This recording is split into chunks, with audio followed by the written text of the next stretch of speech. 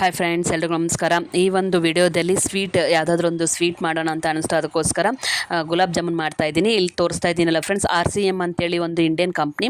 ಇಲ್ಲಿ ಸಿಗುವಂಥ ಸ್ವೇಚ್ಛ ಗುಲಾಬ್ ಜಾಮೂನ್ ಪ್ಯಾಕೆಟ್ ನಾನು ತೊಗೊಂಡಿರೋದು.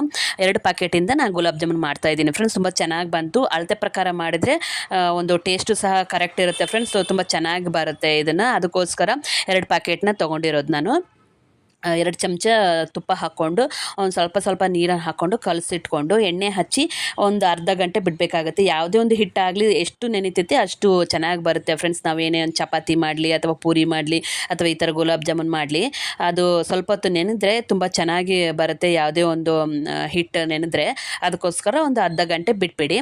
ಆಮೇಲೆ ಸಣ್ಣ ಉಂಡೆಗಳಗತ್ತೆ ಮಾಡಿ ಅದನ್ನು ಎಣ್ಣೆಯಲ್ಲಿ ಫ್ರೈ ಮಾಡಿ ಸಣ್ಣ ಉಂಡೆಗತ್ತೆ ಮಾಡಬೇಕು. ಯಾಕಂದರೆ ಪಾಕದಲ್ಲಿ ಹಾಕಿದ್ಮೇಲೆ ಅದು ದೊಡ್ಡದಾಗುತ್ತೆ ಫ್ರೆಂಡ್ಸ್. ಅದಕ್ಕೋಸ್ಕರ ಇಲ್ಲಿ ತೋರಿಸ್ತಾ ಇದ್ದೀನಲ್ಲ ಅದೇ ರೀತಿ ಸಣ್ಣ ಉಂಡೆ ಮಾಡಿ ಎಣ್ಣೆ ಕಾದಿದೆ ಫ್ರೆಂಡ್ಸ್. ಈಗ ಹಾಕ್ತಾ ಇದ್ದೀನಿ. ಅವುಗಳನ್ನು ಫ್ರೈ ಮಾಡಿಕೊಂಡು ಸೈಡ್ಗೆ ತೆಗೆದಿಟ್ಕೊಂಬಿಡೋಣ.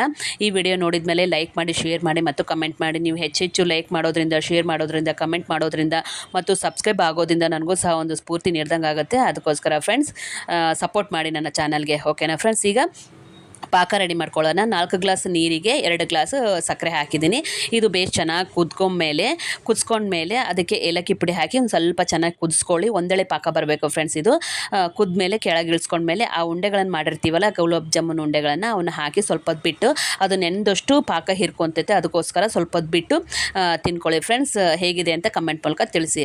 ಓಕೆನಾ ಫ್ರೆಂಡ್ಸ್? ಬಾಯ್ ಫ್ರೆಂಡ್ಸ್ ಎಲ್ರಿಗೂ.